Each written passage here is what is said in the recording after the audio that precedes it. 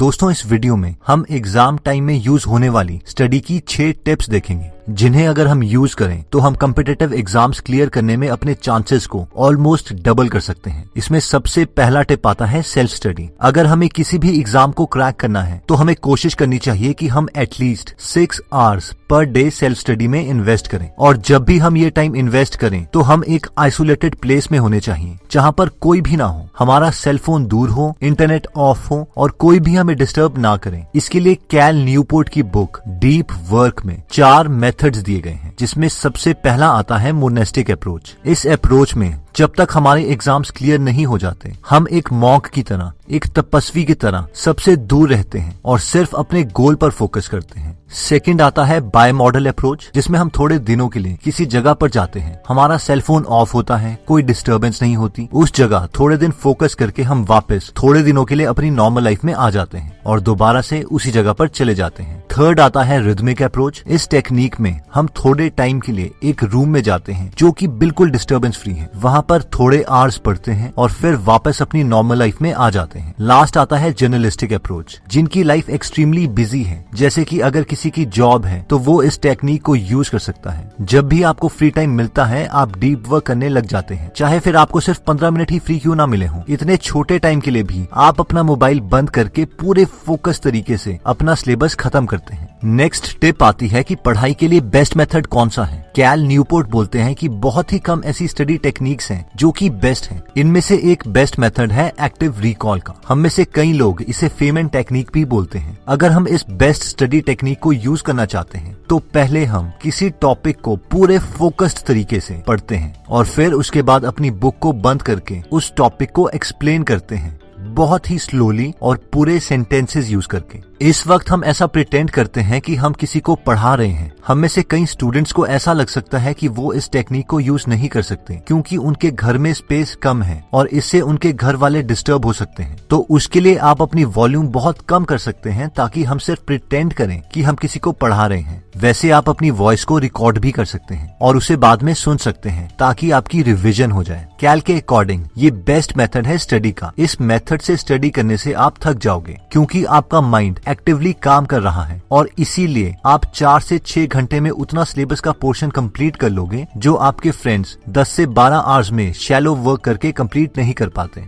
Next आता है कि आप पोमोडोरो टेक्निक को यूज करें। बेसिकली ये टेक्निक कहती है कि आप 50 मिनट स्टडी करो फिर 10 मिनट की ब्रेक लो, या फिर 25 मिनट स्टडी करो फिर 5 मिनट की ब्रेक लो। अगर हम इस मेथड से स्टडी करते हैं तो इसके 2 फायदे हैं। इसका पहला फायदा ये है कि हम टाइम पर फोकस करते हैं, ना कि टास्क पर। अगर हम ऐसा करते हैं तो हमें ये टेंशन नहीं होगी कि सिलेबस कब खत्म होगा, क्योंकि हमें पता है कि हमने बस 25 मिनट ही पढ़ना है, फिर चाहे इस टाइम में एक चैप्टर खत्म हो या एक आर्टिकल। इस टेक्निक का दूसरा फायदा है कि हम स्टडीज को कम टालेंगे, और वो इसलिए होगा क्योंकि आपने अपना स्टडी टाइम बहुत कम कर दिया है, सिर्फ 25 मिनट। इसीलिए कम मोटिवेशन होने के बावजूद हम अपने माइंड को कन्विंस कर देंगे कि यार 25 मिनट ही तो पढ़ना है, चलो पढ़ लेता हूँ, फिर चाहे 10 लाइन ही क्यों ना पढ़ी जाए। और जब हम 25 मिनट का एक सेशन दे देते हैं तो हमारा एक मोमेंटम बिल्ड हो जाता है और थोड़ा कॉन्फिडेंस भी आ जाता है, और फिर आप ऐसे 25 या 50 मिनट के काफी सेशंस दे सकते हो। अब हम में से कई स्टूडेंट्स इस टेक्निक को इतना ज्यादा सीरियसली ले लेते हैं कि उन्हें लगता है कि एग्जैक्टली 25 मिनट ही पढ़ना है और एग्जैक्टली 5 मिनट की ही ब्रेक लेनी है, और ऐसा बिल्कुल नहीं है। बस इस कॉन्सेप्ट को समझिए कि हम इसे क्यों यूज कर रहे हैं और अपने कंफर्ट के अकॉर्डिंग टाइमिंग को थोड़ा ऊपर नीचे कर लीजिए। अगर हम ब्रेक की बात करें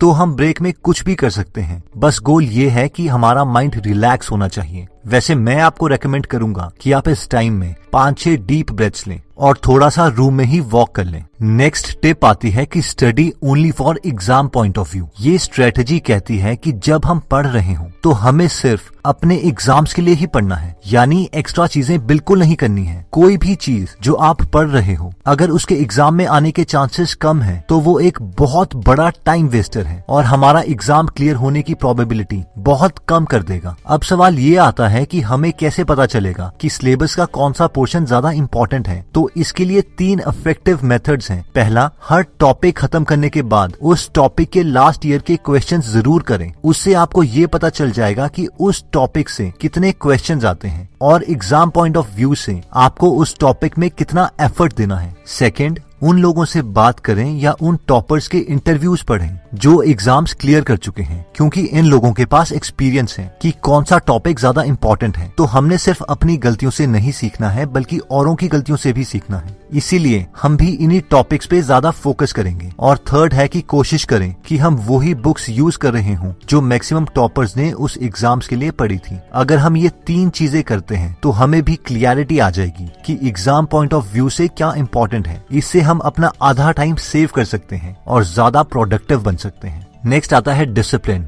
नॉट मूड। हमें ये श्योर करना है कि जब हमें पढ़ना है तो फिर हमें पढ़ना है, चाहे फिर हमारा मूड कैसा भी क्यों ना हो, क्योंकि 90% टाइम हमारा मूड हमें स्टडी करने के लिए मना ही करेगा। इसलिए जब हमारा पढ़ने का मूड ना हो तो हम पोमोडोरो टेक्निक का यूज कर सकते हैं। जब हम 25 मिनट तक पढ़ लेते हैं तब मैक्सिमम केसेस में हमारा स्टेट ऑफ माइंड चेंज हो चुका होता है और एक मोमेंटम बन चुका होता है, और फिर उसके बाद हम 50-50 मिनट के या अपनी कैपेसिटी के अकॉर्डिंग ज्यादा सेशंस पढ़ाई में इन्वेस्ट कर सकते हैं। नेक्स्ट आता है stop complaining and start working. हम में से मैक्सिमम स्टूडेंट्स कंप्लेन करते रहते हैं कि मेरे पास घर में जगह नहीं है, लाइब्रेरी में जाने के पैसे नहीं है, कोचिंग के पैसे नहीं है, और हो सकता है शायद एक्चुअल में हमें वो प्रिविलेजेस ना मिली हो। लेकिन रियलिटी ये है कि दुनिया को इसकी परवाह नहीं है। अगर हमारी सच में भी कोई प्रॉब्लम है तो हमारे पास 2 ऑप्शंस हैं। 1, या तो हम एक अच्छी सी स्क्रिप्ट अपने माइंड में बना ले बहानों की कि मेरे पास ये नहीं था, मेरे पास वो नहीं था, अगर ये होता तो मैं यहाँ होता, अगर वो होता तो मैं वहाँ होता, और मरते दम तक हम यही स्क्रिप्ट लोगों को, अपने रिलेटिव्स को, अपने बच्चों को सुनाते रहें और ऐसे ही एक लूजर की तरह मर जाएं। वैसे ये बहानों की स्क्रिप्ट आपने अपने आस पड़ोस में जरूर सुनी होगी। दूसरा हमारे पास ऑप्शन आता है कि हम डिसाइड कर लें कि मेरे पास जो है बस यही है, लेकिन मुझे जो चाहिए वो चाहिए ही, और फिर हम उठें और मेहनत करके अपने गोल्स को पा लें। देखिए, हमारे कोई भी प्रॉब्लम हो, कोई ना कोई ऐसा जरूर है जिसकी हमसे भी बुरी हालत है, और वो उन गोल्स को पा ही लेगा जिनके हम सपने देखते हैं। आप अपनी कंडीशन बताइए और मैं आपको उससे भी वर्स्ट स्टोरी बताऊंगा जिसने अपनी लाइफ में उन प्रॉब्लम्स के बावजूद अपने गोल्स अचीव कर लिए। इन शॉर्ट, हमें बहाने नहीं मानने हैं, कंसिस्टेंट रहना है। अगर हम शेरशाह ऑफ कारगिल, परमवीर चक्र अवार्डी कैप्टन विक्रम बत्रा की बात करें तो उन्होंने 11th बार अपना एसएसबी का इंटरव्यू क्लियर किया था। अगर वो 10th बार ही क्विट कर देते और ऐसा बोलते कि यार यहाँ तो पैसे लेते हैं, सिस्टम ही करप्ट है, ये है वो है, तो हम इनका नाम नहीं जानते। और ऐसे बहुत से केसेस हैं। इवन मेरा एक क्लोज फ्रेंड है जिसकी 8th टाइम एसएसबी में सिलेक्शन हुई थी और आज वो इंडियन आर्मी में मेजर है। 8th इंटरव्यू में उससे यही सवाल पूछा गया था कि इमेजिन करो अगर इस बार भी आपकी इंडियन आर्मी में सिलेक्शन नहीं होती तो आप क्या करोगे। तो उसने कहा था, नो प्रॉब्लम सर, 20 दिन के बाद मेरा सीडीएस का एग्जाम है, I will be back with in 4 months। और यही एटीट्यूड भी चाहिए कि हम तो तब तक लगे रहेंगे जब तक सांस है, क्विट करना हमारी डिक्शनरी में नहीं है।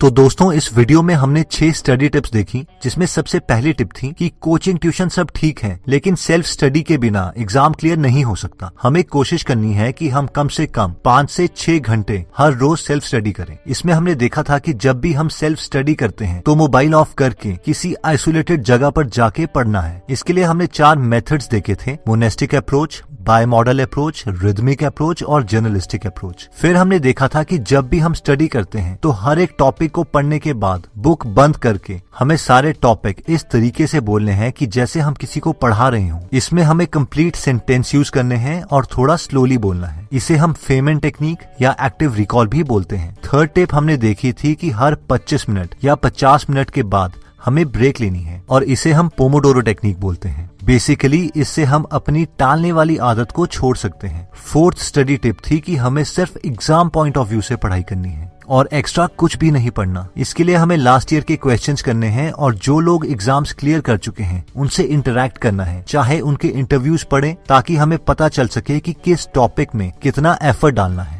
हमने 5th टिप देखी थी कि चाहे हमारा मूड ठीक हो या ना हो, तब भी हमें स्टडी करनी है और इसमें हम दोबारा से पोमोडोरो टेक्निक का यूज कर सकते हैं, क्योंकि जब भी हम 25 मिनट पढ़ लेते हैं तो ज्यादातर स्टूडेंट्स का मूड इंक्लाइन हो जाता है स्टडीज की तरफ। और फाइनली हमने देखा था कि don't complain and start working. इस छोटी सी जिंदगी में हमारे पास 2 तरीके हैं जीने के लिए। पहला ये कि हम बहानों की एक अच्छी सी स्क्रिप्ट तैयार करें कि क्यों हम इस लाइफ में कुछ अचीव नहीं कर पाए, ताकि जब भी कोई हमें बोले कि आप क्या करते सकते हो तो हम उस स्क्रिप्ट को उस आदमी को सुना दें। या फिर हमारे पास सेकंड ऑप्शन है कि हम डिसाइड करें कि हमारे पास जो भी अवेलेबल है हम उसी का इस्तेमाल करके अपने गोल्स को अचीव करें, क्योंकि रियलिटी में nobody gives a damn about what we say. दोस्तों, आई होप कि आपको ये टिप्स अच्छी लगी होंगी और एग्जाम्स में इससे आपकी काफी मदद होगी। और अगर आप कैल न्यूपोर्ट की बुक डीप वर्क को डिटेल में सुनना चाहते हैं तो कमेंट सेक्शन में आप बता सकते हैं कि आप नेक्स्ट वीडियो किस टॉपिक पर चाहते हैं, ताकि हमें भी फीडबैक मिले और उसी टॉपिक्स को हम कवर करें। इस चैनल को जरूर सब्सक्राइब कर लीजिए और बेल का बटन दबा दीजिए